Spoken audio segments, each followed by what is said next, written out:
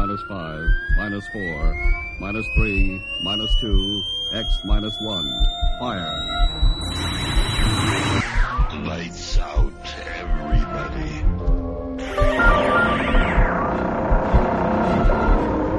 The creaking door.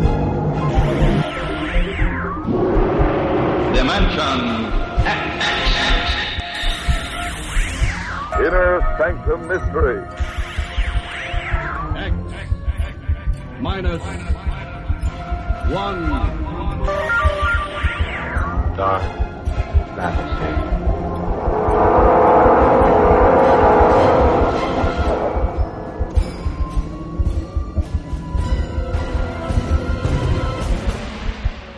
Hello everyone, welcome to Sci-Fi and Horror, brought to you by Dwayne Old Time Radio. Sci-Fi and Horror features some of the best programs from the golden age of radio, including X-1, Orbiter X, Dimension X, it's a lot of X's, Lights Out, Ray Bradbury, Dark Fantasy, and many, many more.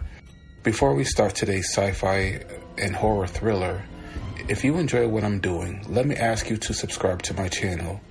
Subscribing is 100% free, and you will receive notifications on new posts.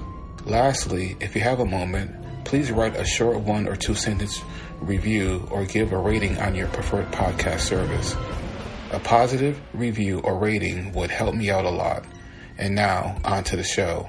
And again, thank you for your support. Hope you enjoy. Dark Fantasy with Debt from the Past. Debt from the Past, their 9th episode. This one aired January 16th, 1942.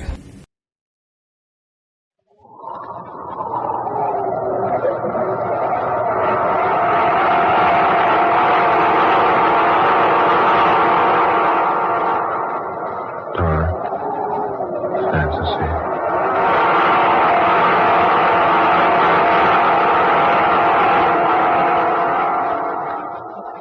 Death from the Past, starring Jane Wyatt.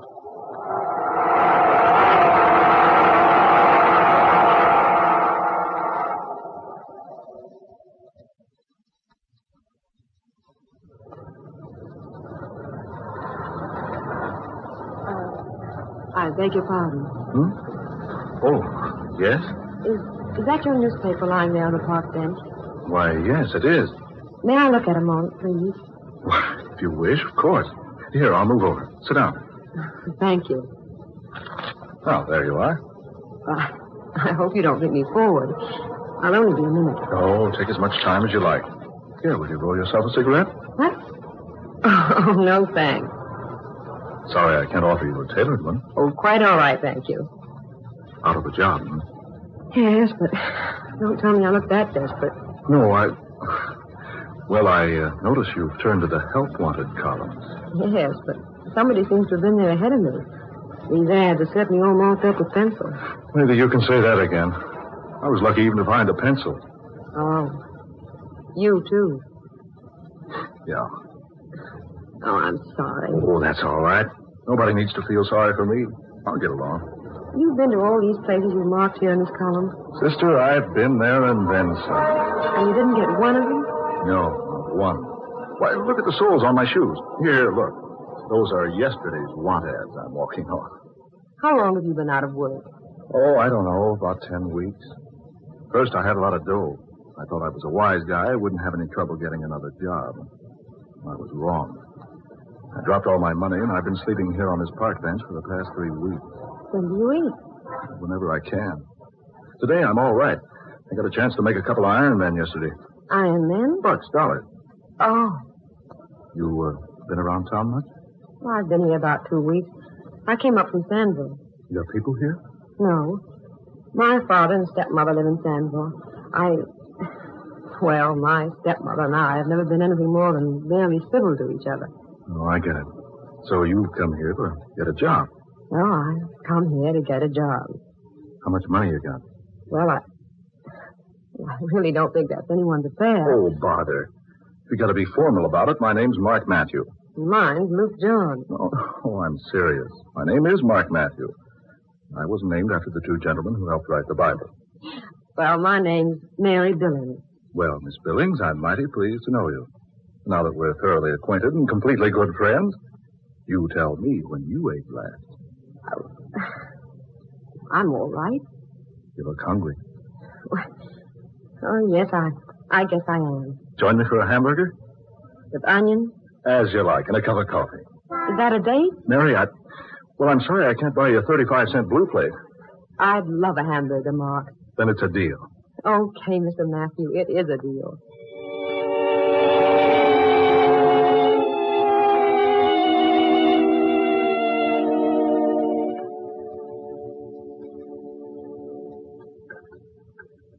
Want another hamburger, Mary? No, thanks. Two's plenty. You shouldn't have made me eat that second one. I'm sure you can't afford it. Oh, I know where I can make $1 or so tomorrow. I'll buy some cigarettes if you don't think you can roll No, one. thanks, no. And don't buy any. I really don't smoke much. Say, you're a nice girl to know. Inexpensive. I really don't know why I'm letting you do this for me. I'm not in the habit of... Oh, I know. Neither am I. But my Irish mother taught me never to ignore a pretty young woman who is hungry. Say, you are pretty, you know.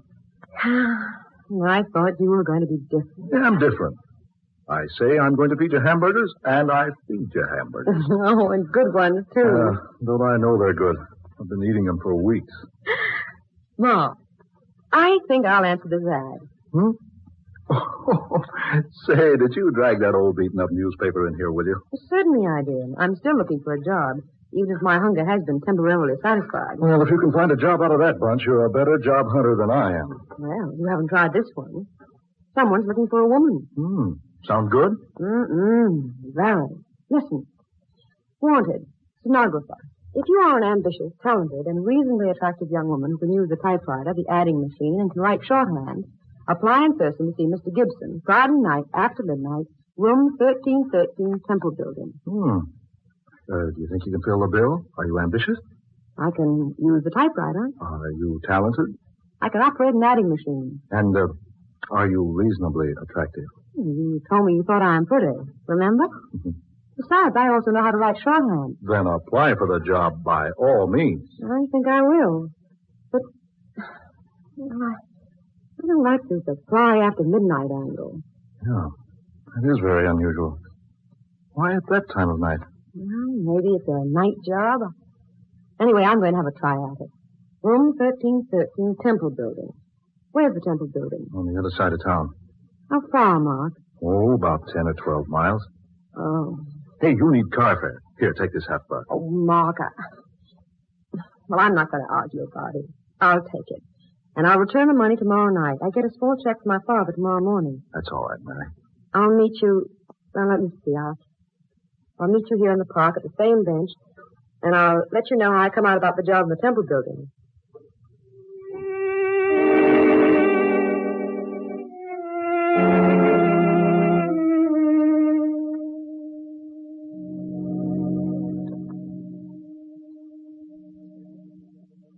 Yes, this is the Temple Building, all right. Awfully quiet in here. Dimly lighted. Nobody around. Not even a hall porter. This is a very strange place. Here. Here's the building directory. No, let's see, what is the man's name? Oh, yes, Gibson. Gibson. No, there's no Gibson listed here. His company's name is probably here, but I don't know that name. Now, let's see, how does one get up to the 13th floor? Here's an open elevator, but there's no one to operate it. Oh, this is the type you operate yourself. Just step in. Press the button marked 13. The door's closed. And up we go. Oh, I better say a little prayer that I get this job. Amen. There. Here we are. My, it must be a night job. This entire floor is one huge office. Row after row of desks with people working at them. And brilliant lights everywhere. It certainly must be a big country. May I help you, miss? Oh, yes, please. I've come in answer to the ad in the newspaper. Ad? Oh, advertisement. Yes. I'm afraid I don't know what you mean. Mr. Gibson advertised for a young woman to do typing and shorthand. Here, I've cut out the ad. This is it. May I see it, please?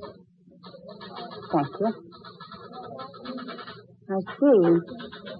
Mr. Gibson failed to tell me he had inserted an advertisement in the Bee. Oh, but this isn't the time. I'm sorry, young lady. Mr. Gibson uses only the Bee. You'll find his office right down this aisle, the first door to your left. Room 1313. Thank you. Just knock on his door and he'll answer you. Yes, thanks. It's strange. These people all seem very modern, and yet their dress are quaint. They look old-fashioned. Oh, here's the door. Come in, please. Mr. Gibson? Yes, come in, please, and close the door. Thank you. Sit down, young lady. Don't just stand there. Yes, sir. I've come about the job, sir. The one you mentioned in your ad in the Times? Times? I never advertised in anything but the Bee. You read my advertisement in the Bee, I'm sure. You want a stenographer. One who can type, use the adding machine, and take directions. Yes. I'm very ambitious, Mr. Gibson, and I feel that I can learn the work quickly. I'm easily taught. Good. Your ad asked for a moderately attractive girl. I'll try to be neat and tidy, sir. My dear young lady, if your qualifications are as you claim, I feel you'll do very nicely. Here, take this pencil, please, and this pad. There now. Are you ready to take a letter? Yes, sir. Address it, Mr. Hugh Lanning, 1501 Tower Building, City. Dear Mr. Lanning, we have received your order for the office materials listed on your invoice, and I shall personally see to it that the items ordered are assembled, boxed, and shipped to you immediately. We are exceedingly thankful for your order, and we trust you will find our service up to its usual promptness and carefulness. If we may serve you again in the future, please be assured every attention will be given to your desires.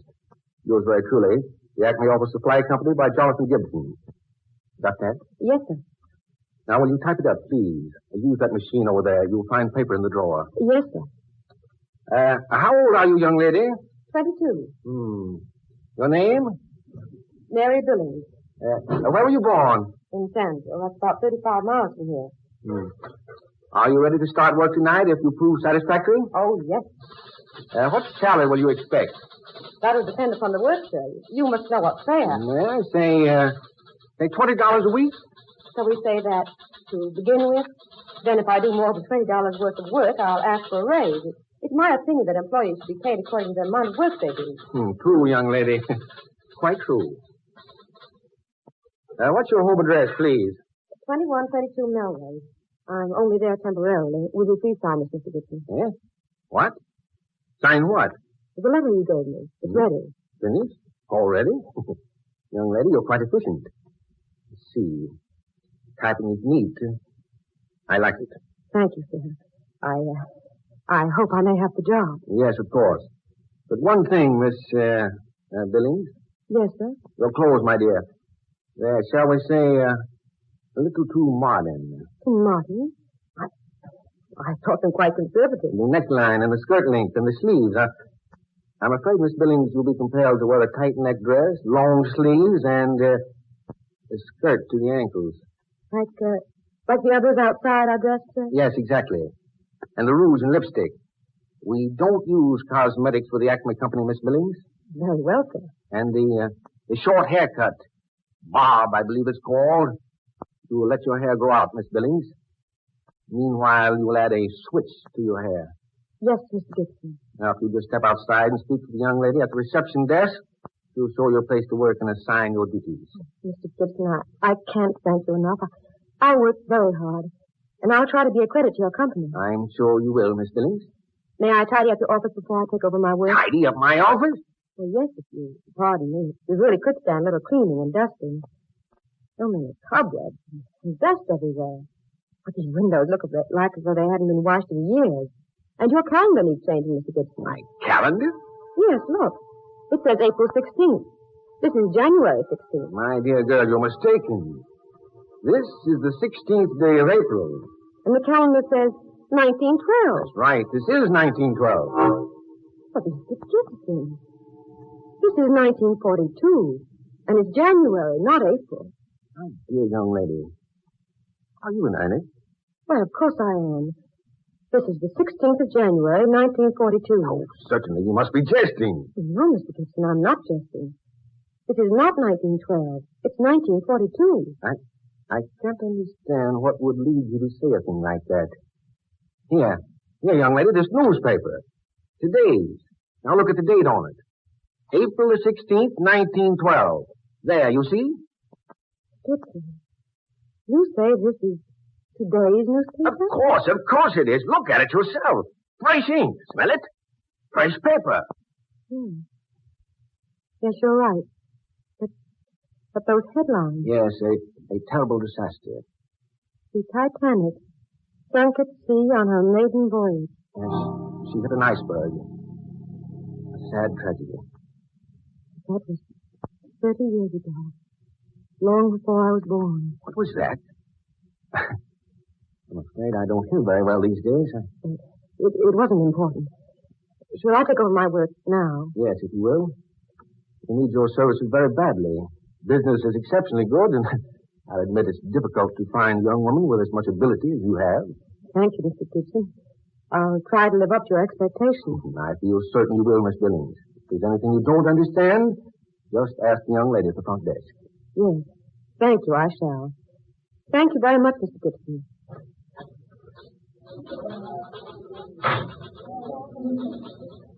Mr. Gibson said to see you about the work I'm to do here? Yes.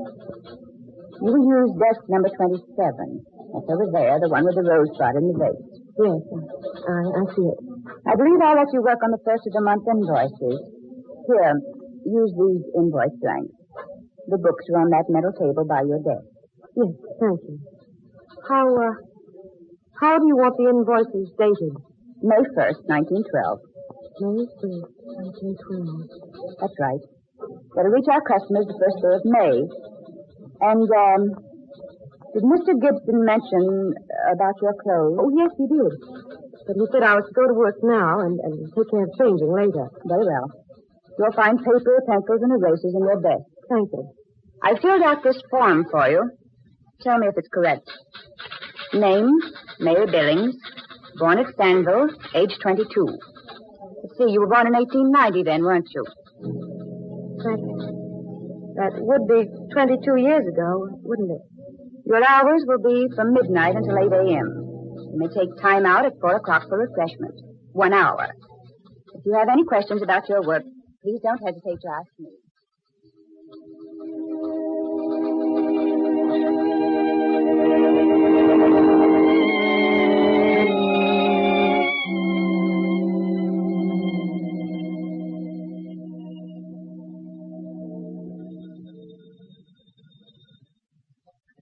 Miss Billings speaking. Yes, Mr. Gibson. In your office?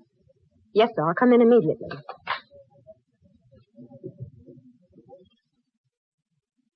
Yes, Mr. Gibson, you sent for me? Yes. Sit down, Miss Billings. The dawn will be here soon, Miss Billings. I don't have a watch. And there are no clocks in the office. You noticed? Yes. Yes. The dawn will soon be here. And all too soon. I haven't been here long, Mr. Gibson, but I enjoy the work I've done so far. Yes, Miss Johnson reports you give all your attention to your work. She reports that you're extremely efficient. Oh, I'm glad, sir. I've tried to apply myself. Yes. You were just as I expected you would be. What was that, Mr. Gibson? I mean, I could tell by the work you did in here for me that you would be quite capable. I hope you like me well enough to allow me to keep the job. I want you to go home now, my dear. You've done quite enough work for tonight. But I'd just as soon stay my full time. No. Won't pay to overwork the first day, you know. Here, Miss Billings, is your check. My check? Yes, you probably need a little money. Why, yes, but... No. Just cash the check and get what you need with the money. But this check is made out for $80. Yes. I believe that was the amount, wasn't it? Why, I don't understand. Would you mind going now, Miss Billings? The dawn will soon be here, and would you mind going now? I know if you wish. Thank you, my dear. And may I wish you every happiness, Miss Billings. Every happiness in the world. Good day now.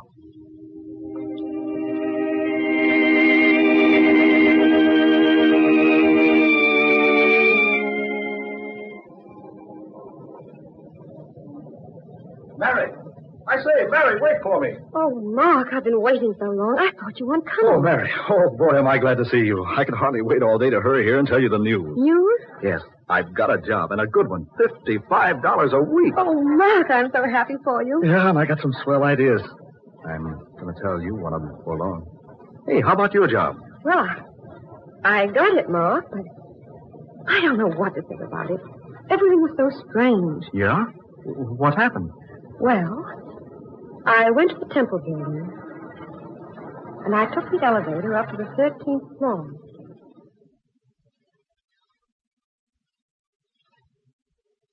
And so, I took the check and left the building, just as the dawn was beginning to break. That's odd. Very. Look, Mary, you have to go to work at midnight, you say. Do you mind if I go along? I know. I suppose it'll be all right. Good. I want to get a look at the kind of a businessman who'd have a 1912 calendar on his office wall.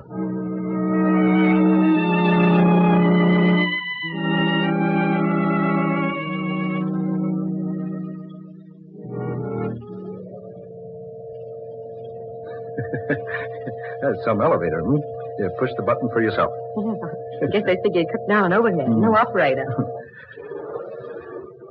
Here we are. Mark. Hey. Are you sure you pushed the right button? I'm positive. But look at this place.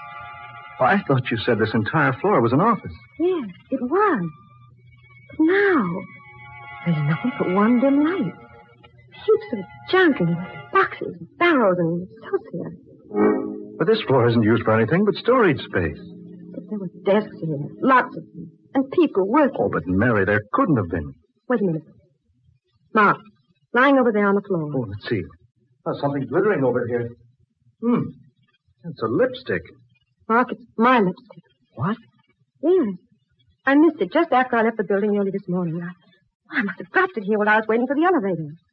Then what you told me did happen. Yes, Mark. I'm very certain of that. Very certain.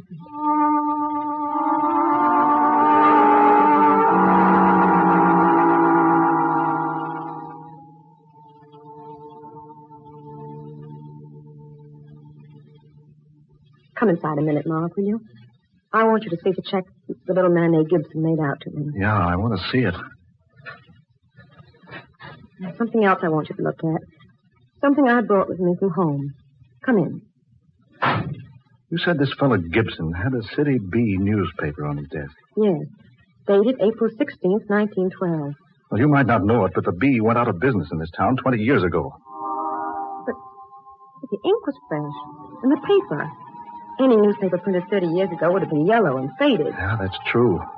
Oh, is that the check? Yes. Here. And for $80. Wait a minute. Do you notice this, Mary? The check's made out to Margaret Billings. Yes. I noticed that this morning, but I thought Mr. Gibson had just made a mistake. Now, I think I know the answer. You do? Say, what are these things in this little box? Your souvenirs? Yes, more or less. Here, this lace handkerchief. Oh, it's lovely. It belonged to my mother. Her name was Margaret. Oh, I see. And this is a portion of the diary she kept up to a year after I was born. Let's see, 1912. 10, 11. Here's 1912. What are you looking for, Mary? I'm not sure, Mark. February, March, April. Here, April. April 16th. Here we are. Well, Mary? Mark, listen. Here's what my mother wrote in her diary on April 16th, 1912. Today, the Acme Office Supply Company on the 13th floor of the Temple building declared bankruptcy. 42 employees were left without work. There was a month's pay due each of us. I went to Mr. Gibson, the owner, and asked for at least a portion of the money he owed me. But he said he was unable to pay a cent. He promised, however, to pay me the $80 he owed me just as soon as possible.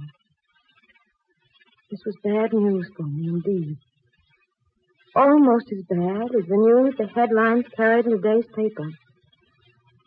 The Titanic was sunk at sea on her maiden voyage.